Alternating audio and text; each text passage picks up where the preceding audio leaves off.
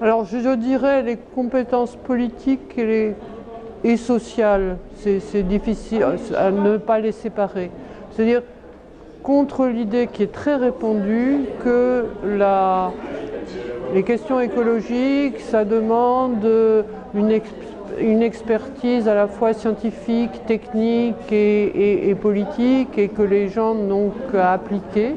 Dans notre livre, donc, le pire n'est pas certain, mon mari et moi, soutenons l'idée inverse, que dans toutes ces initiatives citoyennes, les gens qui ne sont pas ni des scientifiques ni des spécialistes politiques montrent à la fois qu'ils ont capacité à juger non seulement de ce qui est bien pour eux, mais de ce qui est le bien commun, ce qui est l'objectif démocratique, et qu'ils ont les moyens d'agir et de mettre en œuvre.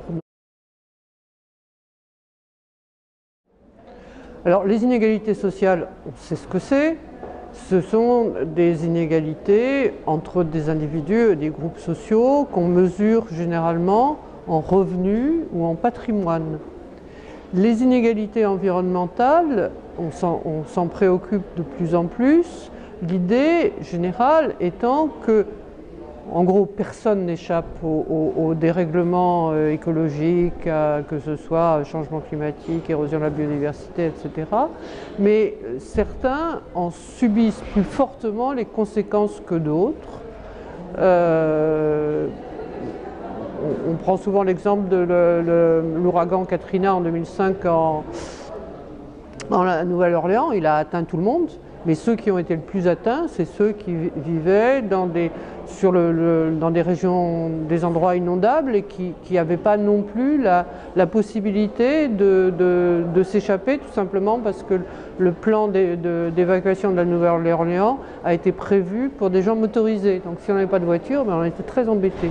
Donc les inégalités environnementales, c'est les inégalités d'individus ou de groupes ou de pays devant les effets de la crise environnementale.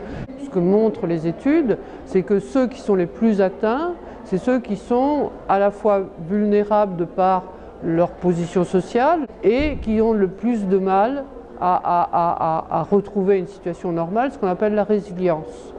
Et donc, de ce point de vue-là, on peut dire que les inégalités environnementales, ce n'est pas une nouvelle catégorie d'inégalités qui s'ajouterait aux inégalités sociales, c'est la dimension environnementale des inégalités sociales qui est de plus en plus importante et qui ne peut pas se mesurer uniquement en inégalité de revenus ou de patrimoine, qui est liée à des inégalités spatiales, territoriales, et donc qui demande des études particulières.